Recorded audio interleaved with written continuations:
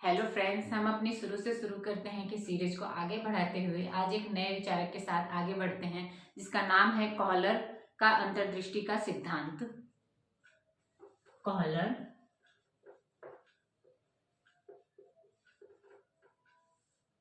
का अंतर्दृष्टि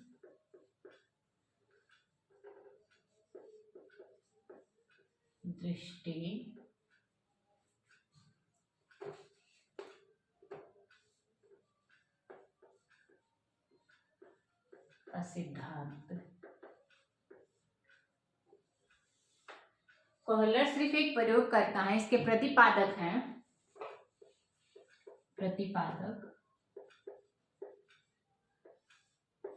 मैक्स वर्धीमन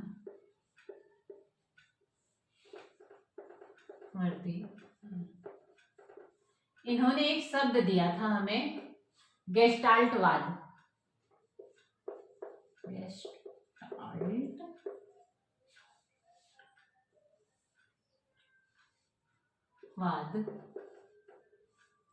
जो कि एक जर्मन भाषा का शब्द है।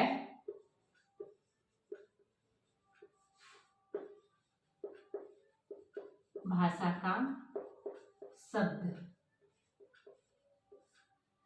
जिसका अर्थ होता है पूर्ण, संपूर्ण। इसका अर्थ हो गया पूर्णाकार या संपूर्णाकार। या तो हम यूं कहें कि अंश से सूक्ष्म की ओर,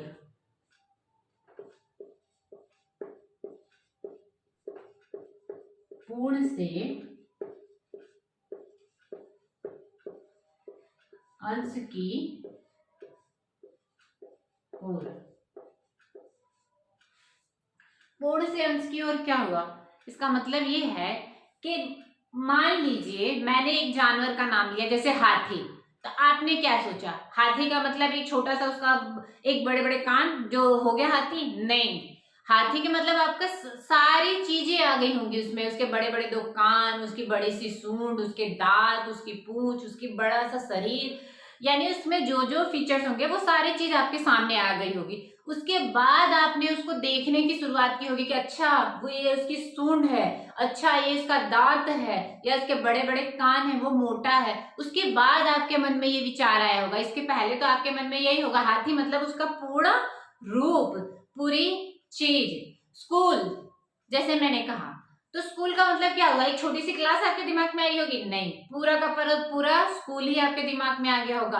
जो मान लो 1 से 5th हो, 6 से 8 हो, या कुछ भी, जो भी 9 से 12 जो भी बनता होगा, ऐसे सारा का सारा स्कूल पूरा आपके दिमाग में बैठ गया होगा। उसके बाद आपने उसको अंश की ओर मतलब छोटे छोटे टुकड़े किए होंगे कि अच्छा ये वाला क्लास, ये वाला बच्चा, ये वाला रूम।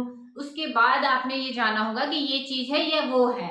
उसी को कहते हैं पूर्ण से अंश की ओर, यानी गेस्टाल्टवाद का अर्थ क्या होता है? संपूर्ण, पूरी चीज। मान लो कि आप मूवी देखने गए हो, ठीक है, आपने मूवी की जो छोटी छोटी क्लिप देखी होती है, तो उससे क्या मूवी आपको समझ में आ जाती है कि ये स्टोरी है, ये चीजें हैं? नहीं, जब तक आप पूरी मूवी नहीं देखते, सब कुछ आप जान नहीं लेते हो, तब तक आपको स्टोरी का बारे में पता नहीं चलता है। थोड़ा बहुत आप आइडिया लगा सकते हो, पर पूरा आप जान नहीं सकते हो।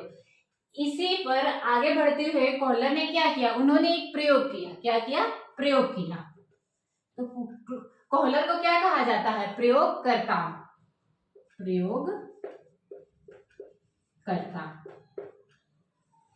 कौन है? कॉलर। इनके सहयोगकर्ता कौन है? सहयोगकर्ता है योग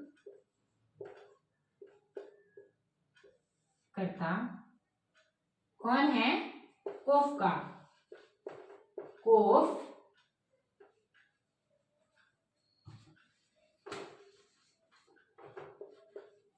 कोफका। कॉहलर कहाँ के निवासी थे? तो ये जर्मनी के निवासी थे। कहाँ के निवासी थे? जर्मनी के। ये निवासी थे जर्मनी के। इन्होंने किस पे प्रयोग किया था? आई होप आप सबको समझ में आ रहा होगा। ये मैं रफ कर रही हूँ, आप अपने नोट्स बनाते चलिएगा मेरे साथ साथ, ताकि आपको कहीं और से कोई प्रॉब्लम ना हो।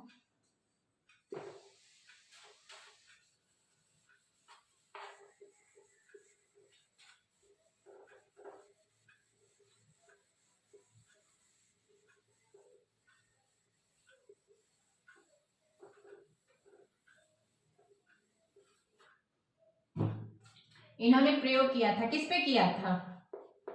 प्रयोग किया था इन्होंने सुल्तान पे। किस पे किया था? सुल्तान। उसका नाम था सुल्तान। उन्होंने चिपैंजी पे प्रयोग किया था, चिंपैंजी पे प्रयोग किया था। वो एक वनमानुष भी कह सकते हैं, वनमानुष। ये बहुत बार एग्जाम में पूछा जाता है कि कोहलर ने किस पे प्रयोग किया था। या तो वनमानुष दे दिया होता है, चिपैंजी दे दिया होता है, या तो उसका एग्जाम में नाम पूछ लिया गया होता है कि चिपैंजी का नाम क्या था या किस पे प्रयोग किया था। तो ये तीनों ही मोस्ट इंपॉर्टेंट है, आप हमेशा इसको याद करके चलते रहिएगा मेरे साथ में। उन्होंने प्रयोग क्या किया था कोहलर ने? कोहलर ने चिपैंजी को एक रूम में बंद कर दिया था।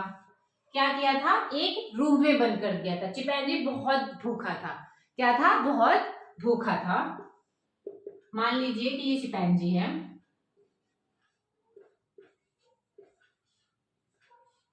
कोहलर ने इस रूम में केले लटका दिए थे।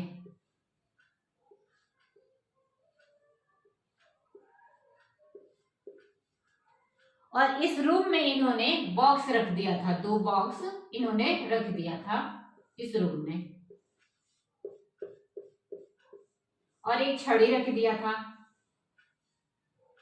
कोहलर ने क्या किया था? इस चिपैंजी के साथ, चिपैंजी को एक रूम में बंद कर दिया था और इन्होंने वहां पे केले लटका दिए थे और साथ में 2 बॉक्स रख दिए थे, एक छड़ी रख दिया था। चिपैंजी बैठा हुआ होता है, भूख से छटपटा रहा होता है। उसके बाद उसको अचानक से आइडिया आता है कि क्यों ना मैं दोनों बॉक्स के ऊपर चढ़ के, यानी बॉक्स के ऊपर मैं चढ़ूं और छड़ी से और केले को खींचने की कोशिश करूं, या तो केले के मारू या नीचे उतर आए, वो मुझे मिल जाए और मैं अपनी भूख को संतुष्ट कर लूं। तो वो ऐसा ही करता है और अचानक से उसको आइडिया ये आता है कि दोनों बॉक्स को एक के ऊपर एक रखने के बाद मैं छड़ी से उसके ऊपर चढ़ूं और ऐसे मारूं ताकि वो केला मुझे मिल जाए, और वो अपनी भूख को संतोष कर लेता है इस तरीके से। तो उसको क्या आता है? सूझ, उसको आइडिया आता है। इसी को क्या कहते हैं? सूझ का सिद्धांत। क्या कहते हैं? सूझ का सिद्धांत। यहाँ पे सिद्धांत के नाम लिख दे रही हूं मैं। ये क्या हो गया? सूझ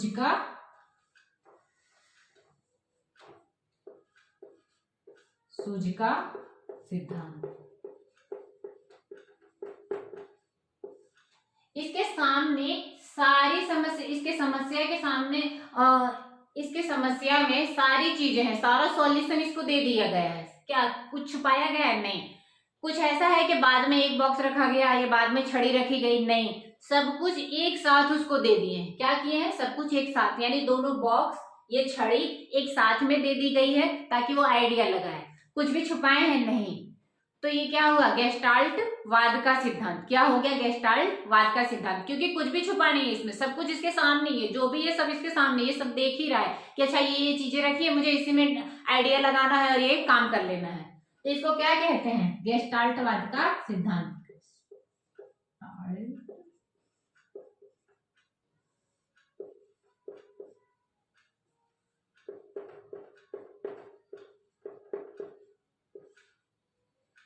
ये हो गया पूर्ण से अंश की ओर।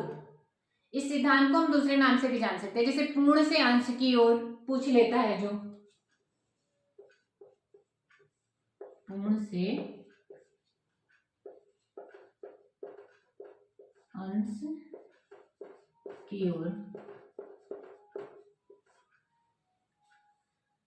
संपूर्णवाद का सिद्धांत, पूर्णवाद का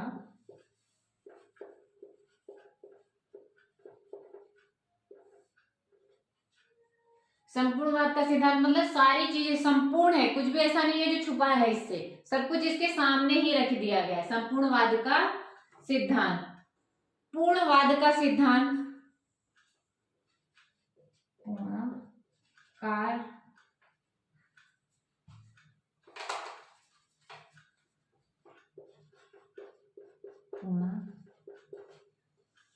का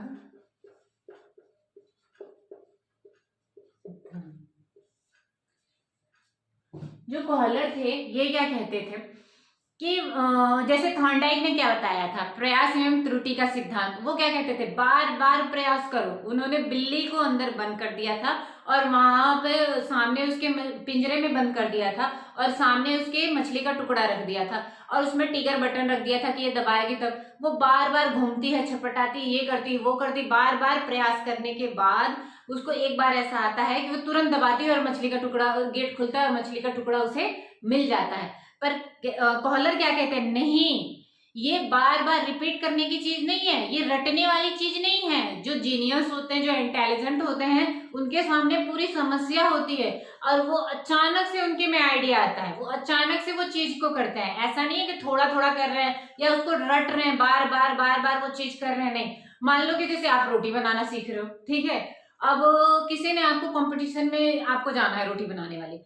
अब कोई व्यक्ति होगा जो रोज रोटी बना के गोल रोटी बनाने के कंपटीशन में आप गए हो। अब कोई व्यक्ति होगा कि रोज रोटी बनाएगा कि गोल बन जाए मेरी, गोल बन जाए मेरी, गोल बन जाए मेरी, वो गोल, वो हो गया थॉर्नडाइक का सिद्धांत। बार बार कर रहे हैं तो एक बार वो सीधा हो जाएगा, ठीक है।